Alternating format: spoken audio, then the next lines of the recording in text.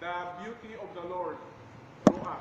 So that later on, what is seen is not us, but what is seen is the Lord Jesus Christ. Speaking of beauty, in our introduction, beauty is in the eyes of the beholder. So it depends upon the person who sees, whether you are beautiful or ugly or handsome. It depends upon the person who looks at you. But there are two kinds of beauty. The inner beauty, which is inside, and the outer beauty, which is the physical beauty. The inner beauty is hidden. It is displayed through our character, through our action, through our disposition when we decide things. And the outer beauty is very attractive because it is given preference by many people. It is the how you look at outside. But the Bible is giving us a good guidance. Peter, do you know Peter? Peter said in 1 Peter 1:3, verse 3, chapter 3, verse 3, it says, 1 Peter chapter 3, verse 3, it says, together let's sign. It says, whose adorning, let it not be the outward adorning or plaiting of hair, and of wearing of gold, or putting on of apparel. So, Peter is saying, don't copy the world. The world has kind of beauty that depends upon how they plait their hair, or they adorn themselves, putting on earrings, putting on apparel, so that it will become an adornment to their body, that people, the purpose of why are you wearing these things, earrings, something on your hair and on your neck? What's the purpose? So that you will look at beautiful, or that people will look at you. Do you know that? Why do you use a watch?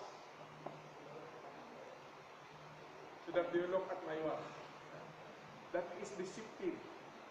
So Peter warned us, said that beauty, or the people before adorned themselves not by the outward adorning of plaiting hairs or wearing gold, just to display their gold.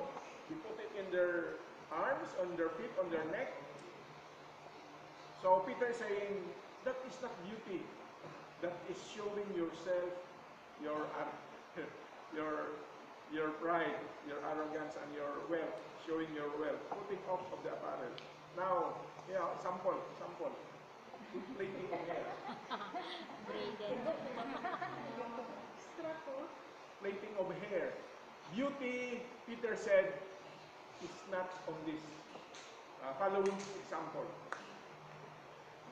Paganda-ganda sa imong buhok. And before, in the olden times, in the time of Easter, when their hair carves, they put golds on it. Lagyan mo ng pusikat na gold.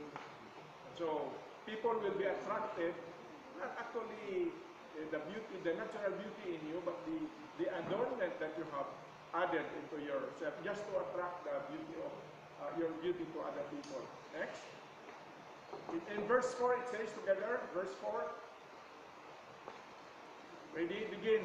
But let it be the hidden man of the heart, in that which is not corruptible, even the ornament of a meek and quiet spirit, which is in the sight of God a great price. No? You see the comparison? It is the hidden man in the heart, that which is not corruptible. The ornament of our ornament is not the gold and the thing we put on our neck. Our ornament is the meek and quiet spirit. It is an ornament. Kung mahilong ka, hindi ka madada. Kung palaganyan ka, it's opposite. Now in verse 5, for after this manner, together, verse 5,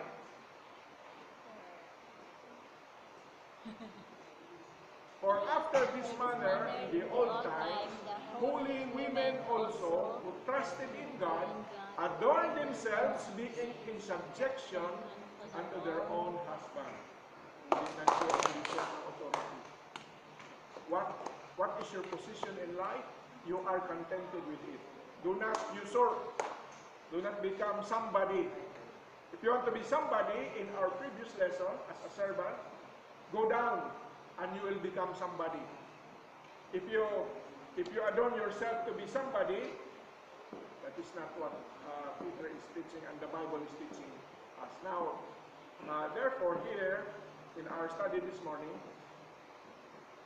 in the verses that we have read, style nila, no? Ang kada isa, ganyan ka lang mag-alaw, mahirap basahin. Together, let's read again. It says,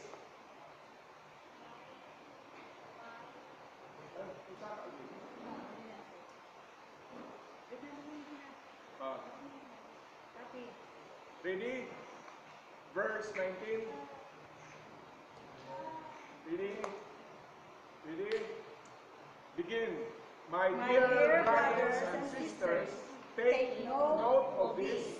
Everyone should be quick to listen, slow to speak, slow to become angry, because human anger does not produce righteousness that God desires. Therefore, get rid of all filth and the evil that is prevalent, humbly accept the word planted in you, which can save you. Now, so these verses, verse 19 to 21, tells us of the beauty, the hidden beauty of the man. Our whole theme is transformation. We are to be transformed. The old man is corrupted, deformed. And so, James is saying that verse 9 to 21 are the ornaments. So that if we are to be transformed, these things will be seen in us, that the beauty of Jesus could be seen. So, we become servants in that we have been modeled in Christ Jesus. So, we have 4 or 5 things as ornaments that we can beam the beauty of Jesus Christ to other people. Next. Number 1. What's number 1? Number 1, the ornament of open ears. Kay deaf kayo, ano pag open sa ears? Open eyes. To the hearing world, it is open ears. To the deaf, it's open eyes. That's why when you sit there, pay attention. No, ganyan. Don't do that because that is not an open ear. It's necessary for the deaf to pay attention, and it is a good grooming. When somebody is talking, you can lend your ear. Right? Bad character na pangit, it becomes ugly. You are ugly. If somebody is talking and you are not paying attention. Tama? Tama na siya? Talk to your mothers and you are not paying attention, they will get angry. Anybody, to your teachers. Paying attention is an ornament of beauty. If somebody is talking and you are attentive, in fact, the Greek word is attentiveness, very alert. You want to listen. Now, in the case of a counselor and a counselee, if the counselee pours out his problem and the counselor is attentive to listen to the problem of the counselee, after that, the counselee will say, "Thank you very much, you have helped me." That is because the counselor is a good listener. If we are a good listener, of course, that can solve the problem. In the same manner, God is saying, the beauty that will make you really beautiful, the ornament that can make you really beautiful is a person who is attentive to somebody talking. Beauty na siya. Pero Tingnan mo, pag may friend ka, magsabi, he will pour out something, and then you are not paying attention. Very soon, he will leave you. Hindi ka na niya best friend. Best friend is somebody who has an open ears. He is quick to hear, or to the deaf, he is attentive to your problem. Willing to learn and willing to listen. What's that?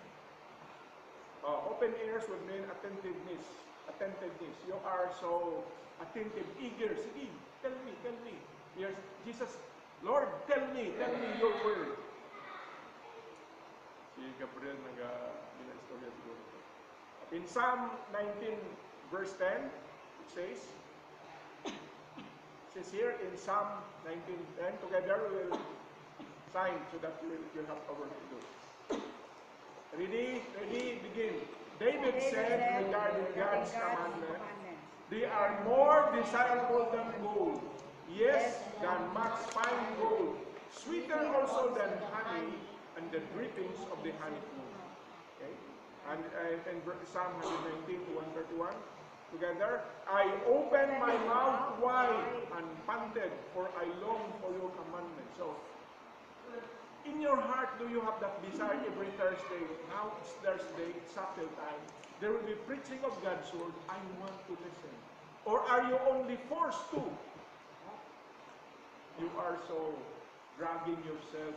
This is Thursday time. I'll be sitting down for how many hours? 2 hours? 1.5 hours? Or do you indeed having that desire when you sit down, now I'll open my heart, I'll open my ears.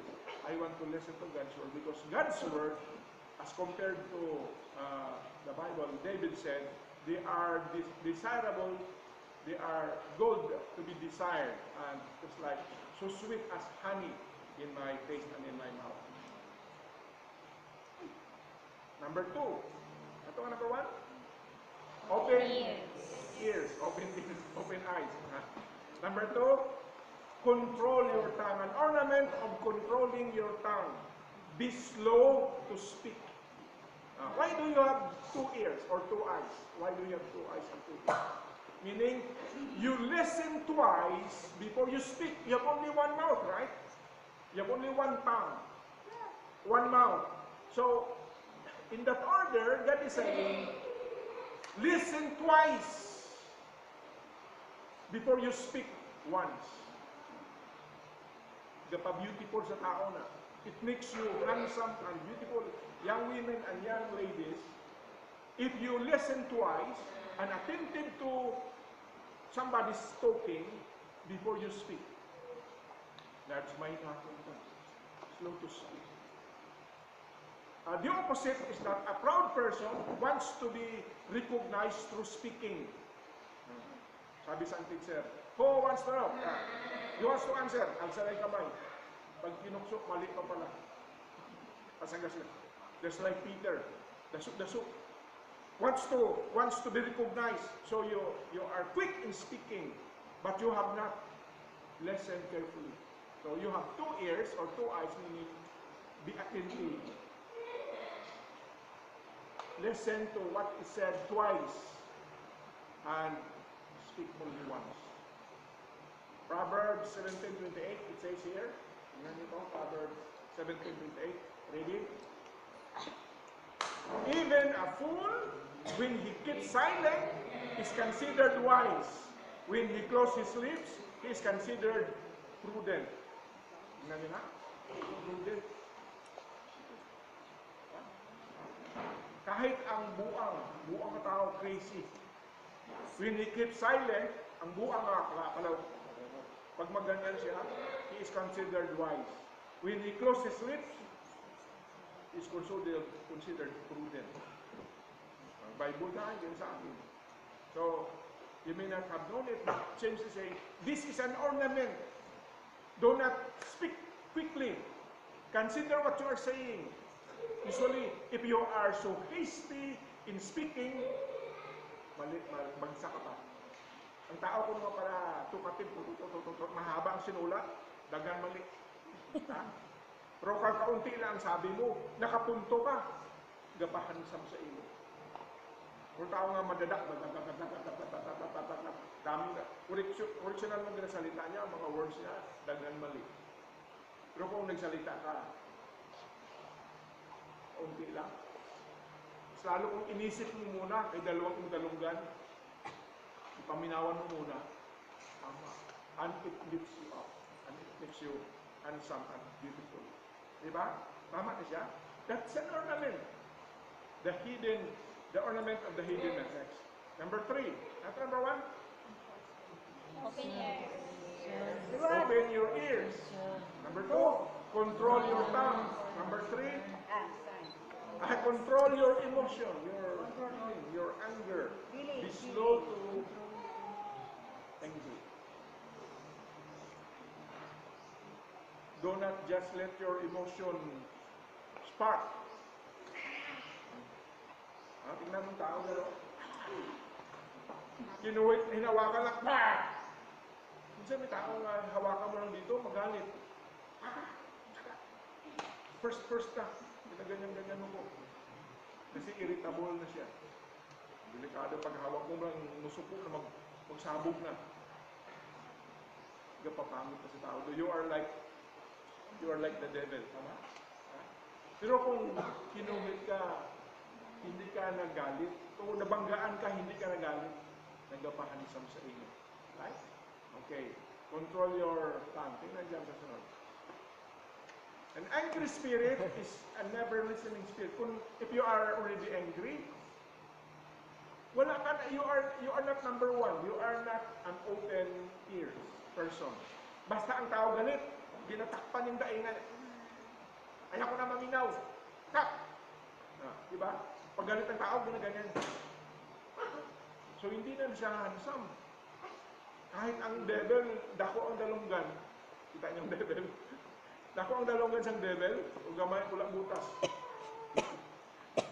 So, a teachable person has stopped fighting against God. A teachable person, nagapahansan ka, teach me. Sabi ka, Lord, teach me. Teacher, teach me. Hindi na, sir, stop na, ako na, alam ko na. Mag-explain ng teacher, alam ko na, finish na, alam na. James is saying in verse 20, he gives the reason why. Gives the reason why we are to control our emotion or anger. Gives the reason that we should be slow to anger. Sabi niya sa verse 20, for the anger of man does not achieve the righteousness of God. If you are angry, you are not able to achieve the righteousness of the Lord. So if you want to grow in righteousness, don't fight God. You have to accept what He's teaching you. Don't be angry of what the Lord is teaching you. Number information. So, sabi ni Jesus labeled anger as the root sin behind murder. Jesus saying, you know what? Anger is the root. It is the cause of murder. Pag galit ka na, mamatay ka. Mamatay ka tao. So, this is the reason why before Cain committed first murder in history, God confronted him with the question, why are you so angry? So, therefore, when we are angry, it is good for us to ask ourselves, why am I angry? Tanong mo sa sarili mo. If you are angry, you are prone to commit a quick decision. Ginagawa pag magalit ka, huli ko, hungko. Tapos ang sa bahay ka na, mag-return ka. Ay ba, sinabi ko man yun.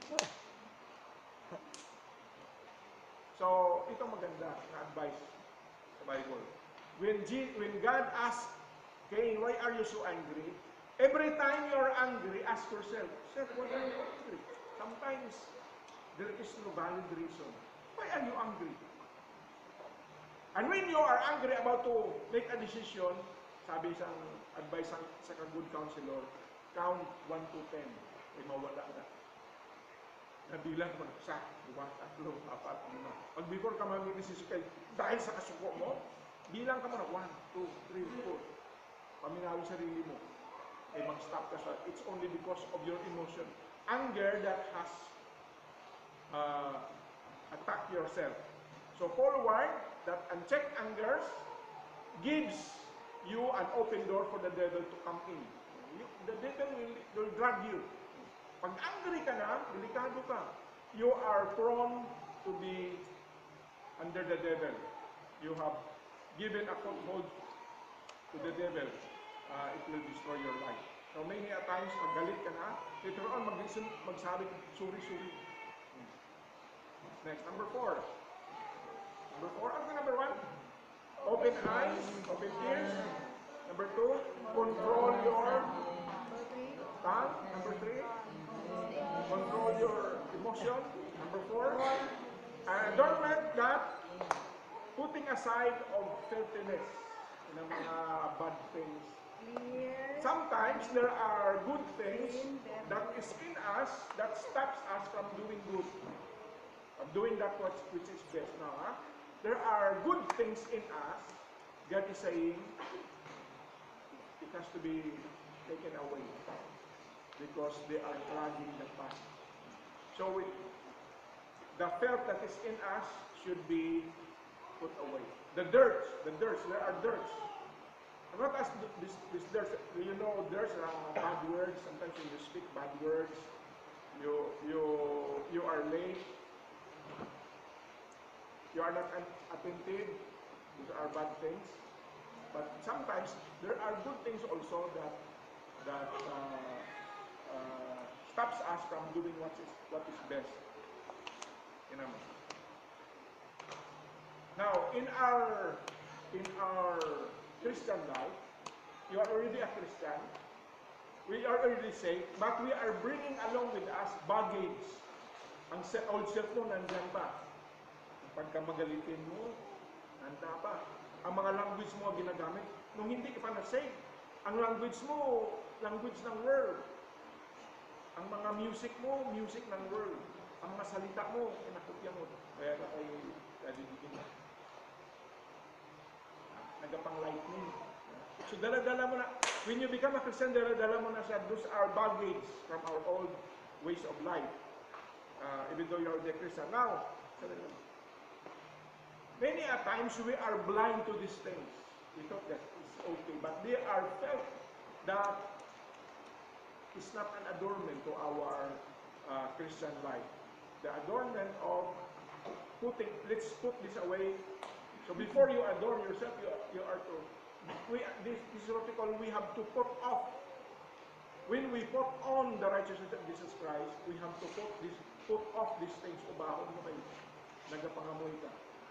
When you take a bath, do you put on the clothes that you have put on? Hello, iba.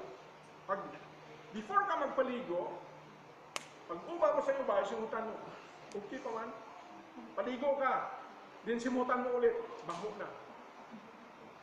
So you have to put off these things because without you knowing it, you are unable to determine that these things are bad. We are blinded. Our eyes are blinded to these things. So that we don't know that these things is displeasing God by our thoughts, by our words, and our actions. So these are the things that should not be adorning our life. Number 5 and the last adornment.